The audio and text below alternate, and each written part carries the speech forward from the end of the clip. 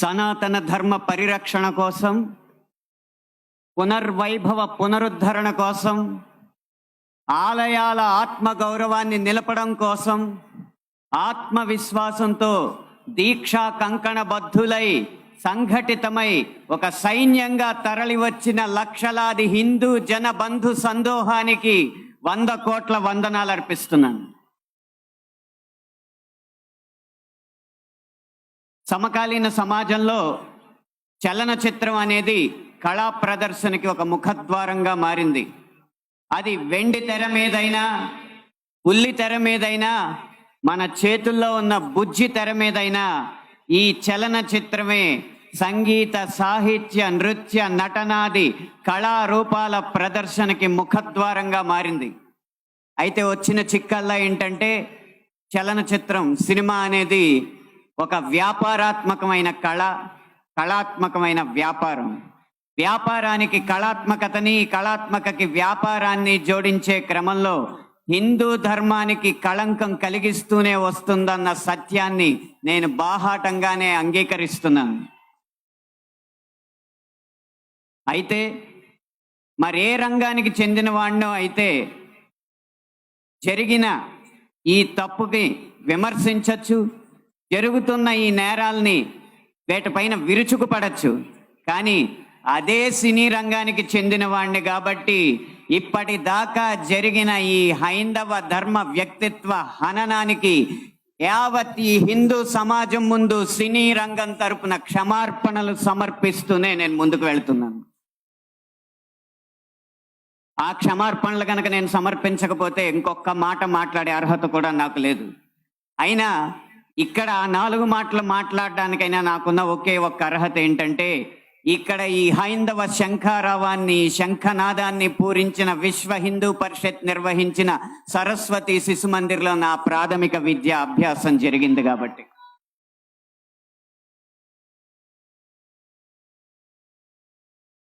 సినిమాల్లో హైందవ ధర్మం మీద దాడి ఎలా జరుగుతుంది, హైందవ ధర్మ హననం ఎలా జరుగుతుంది అనేది ఒక 3 కోణాల్లో 3-4 ఉదాహరణలో క్లుప్తంగా విభజించి వివరించే ప్రయత్నం చేస్తాను.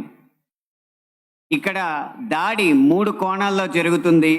అందులో ఒకటి కావ్యేతిహాస పురాణాలని వక్రీకరించడం, 2 తెర మీద కనిపించే పాత్రల్లో వినిపించే పాటల్లో హైందవ ధర్మాన్ని దుర్వినియోగం చేయడం, 3 తెర వెనక మా ముందు అన్యమతస్థుల ప్రవర్తన.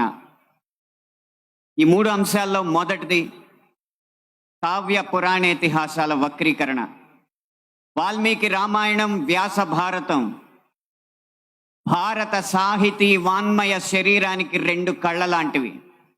కానీ అదే వ్యాస భారతాన్ని, అదే వాల్మీకి రామాయణాన్ని వినోదం కోసం వక్రీకరించిన సందర్భాలు కోకొల్లలు. గత కొన్ని సంవత్సరాల ముందు వచ్చిన చిత్రాల నుంచి నిన్న మొన్న విడుదలైన కల్కి చిత్రం వరకు కూడా కర్ణుడికి పాత్రకి అనవసరంగా ఆపాదించిన గొప్పదనాన్ని చూసి ఒక సినిమా రంగానికి చెందిన వ్యక్తిగా నేను సిగ్గుపడుతున్నాను, నిర్మోహమాటంగా చెప్తున్నాను. అది కూడా ఈ కృష్ణా జిల్లా గడ్డ మీదే నిలబడి చెప్తున్నాను. అప్పటి చిత్ర దర్శకులు, ఇప్పటి చిత్ర నిర్మాతలు ఇదే జిల్లా వారికి చెందిన వారైనా సరే పొరపాటు అని మనం చెప్పకపోతే ఈ హైందవ ధర్మంలో పుట్టినట్టు కాదు, ఈ హైందవ ధర్మాన్ని ఆచరించినట్టు కాదు, హిందువుగా ప్రకటించుకోవడం వ్యర్థం అని చెప్పి ఘంటాపథంగా తెలియజేస్తున్నాను. ఇప్పుడే ఈ సభలో, ఈ గొప్ప సభలో సత్యవాణి గారిని అభినవ ద్రౌపదిగా వక్తలు అభివర్ణించారు. ఆవిడే ఒప్పుకుంటారా? నిండు సభలో ద్రౌపదిని వలువలు వలచండి అని సలహా ఇచ్చిన కర్ణుణ్ణి సూర్యుడు అంటే సత్యవాణి గారు లాంటి మహిళా మండలి ఒప్పుకుంటారా? గంధర్వుల్ని చూసి, గంధర్వ సైన్యాన్ని చూసి ప్రాణమిత్రుణ్ణి కూడా వదిలేసి ప్రాణభయంతో పరుగులెట్టిన కర్ణుణ్ణి ధీరుడు, సూర్యుడు, వీరుడు అంటే ఈ హైందవ సమాజం ఒప్పుకుంటుందా? ఇలా ఎన్ని విధాల చూసినా దానంగా వచ్చిన రాజ్యంలో తనకొచ్చిన కొద్దిపాటి సంపదని ఏదో దానాలు చేసినంత మాత్రాన ధర్మరాజు అంత గొప్ప దాత అని చెప్పి కర్ణుడిని అంటే మన సమాజం ఒప్పుకుంటుందా? నిన్న మొన్న వచ్చిన కల్కి సినిమాలో అగ్నిదేవుడు ఇచ్చిన ధనస్సును పట్టిన అర్జునుడి కంటే సూర్యుడు ఇచ్చిన ధనస్సు పట్టిన కర్ణుడు వీరుడు అని చెప్తుంటే, యుద్ధంలో నెరిగేది ధనుస్సా ధర్మమా అని ప్రశ్నించకుండా మనం ఊరుకుంటామా? ఒక్క భారతంలోనే కాదు, వాల్మీకి రామాయణంలో రాయి ఆడదైనట్టు, రాళ్లను తేల్చి వారధైనట్టు, రాముడు లవకుశుల మధ్య యుద్ధం జరిగినట్టు, ఇలా చిత్రీకరణకు అందంగా ఉండడానికి ఎన్నో అభూత కల్పనలు, ఎన్నో వక్రీకరణలు జరుగుతుంటే ఇంకా మనం ఇలా ఊరుకుంటూ ఉంటే ఎన్ని సినిమాలు ఎలా వస్తాయి? ఒక్క వక్రీకరణే కాదు, చిత్రీకరణలో, గీతాలాపనలో ఎన్ని రకాల హననాలు జరిగినాయో మనం గమనిస్తూ ఉండాలి. మీరు కొంతకాలం క్రితం ఒక హిందీ పాట వినే ఉంటారు, దమ్మరదం మిట్ జాయ హం బోలో శుభ శ్యామ్ హరే కృష్ణ హరే రామ్. రండి దమ్ము కొడదాం, కలుసుకుందాం, శుభ సాయంత్రం చెప్పుకుందాం, తర్వాత హరే కృష్ణ హరే రామ్ అందాం. భగవత్ తత్వాన్ని, భగవద్భక్తిని జగత్ ప్రస్తుతంగా జగద్విదితం చేసిన ఇస్కాన్ వారి నినాదం హరే కృష్ణ హరే రామ్ ని ఒక ఐటమ్ సాంగ్ లో పెట్టుకుంటే ఒప్పుకుంటామా? మీ ముందు ఇప్పుడు రెండు దారులు ఉన్నాయి. కాళీ అన్న సినిమా డాక్యుమెంటరీ పోస్టర్లో కాళికా మాత సిగరెట్ కాలుస్తుంటూ ఒక పోస్టర్ వేస్తే మన ముందు రెండే దారులు ఉన్నాయి. ఒకటి నిమ్మకు నీరెత్తినట్టు కూర్చోవడం, రెండు నిగ్గదీసి నిలదీయడం. మీ దారి ఒకటా రెండా? పీకే అన్న సినిమాలో రాయి మీద పాన్ పరా కూసి అదే శివలింగం అని చెప్పి వెటకారం చేసి అన్య మతస్థుల మందిరాల్లోకి మాత్రం వెళ్లకుండా వాళ్ళు తరిమి కొట్టినట్టు తెలివిగా తప్పించుకున్నారు.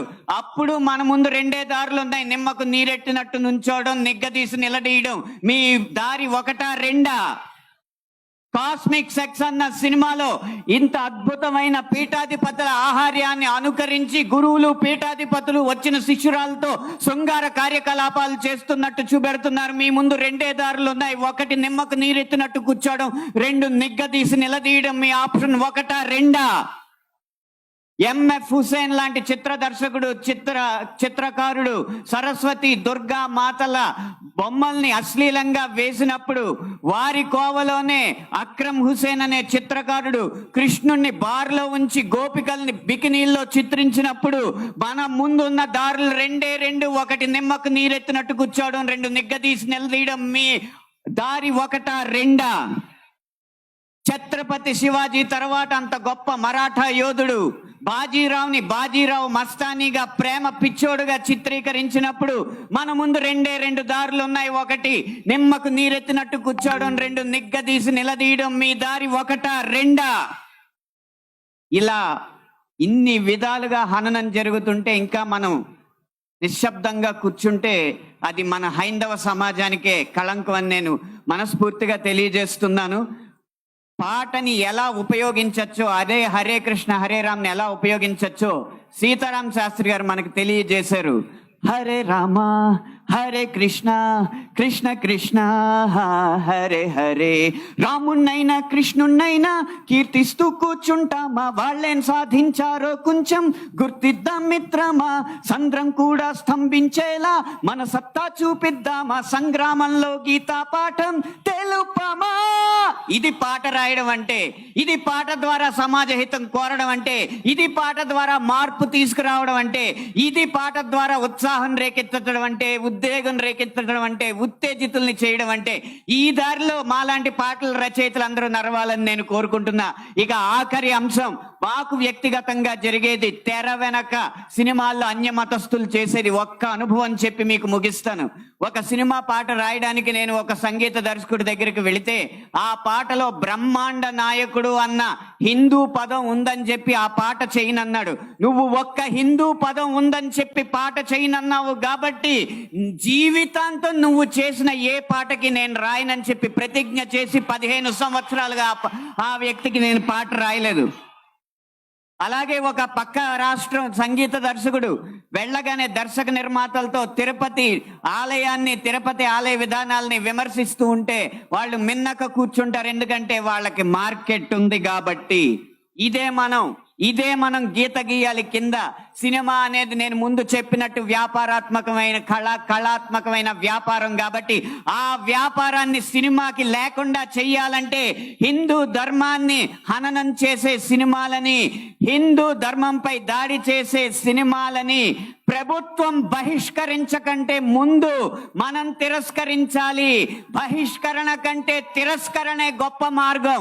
ముందు మనం తిరస్కరిద్దాం. వాటికి వ్యాపారం రాదు, డబ్బులు రావు. డబ్బులు రాకపోతే ఏ నిర్మాత వచ్చి హిందూ ధర్మాన్ని హననం చేసే సినిమా తీస్తాడో మనం చూద్దాం. భం భం భం భం భళ భళ మోగిందిర శంఖారావం, ఇది హైందవ శంఖారావం. హిందూ బంధువులందరొక్కటై ముందుకే గమని భావం, మును ముందు చూపాలి ప్రభావం.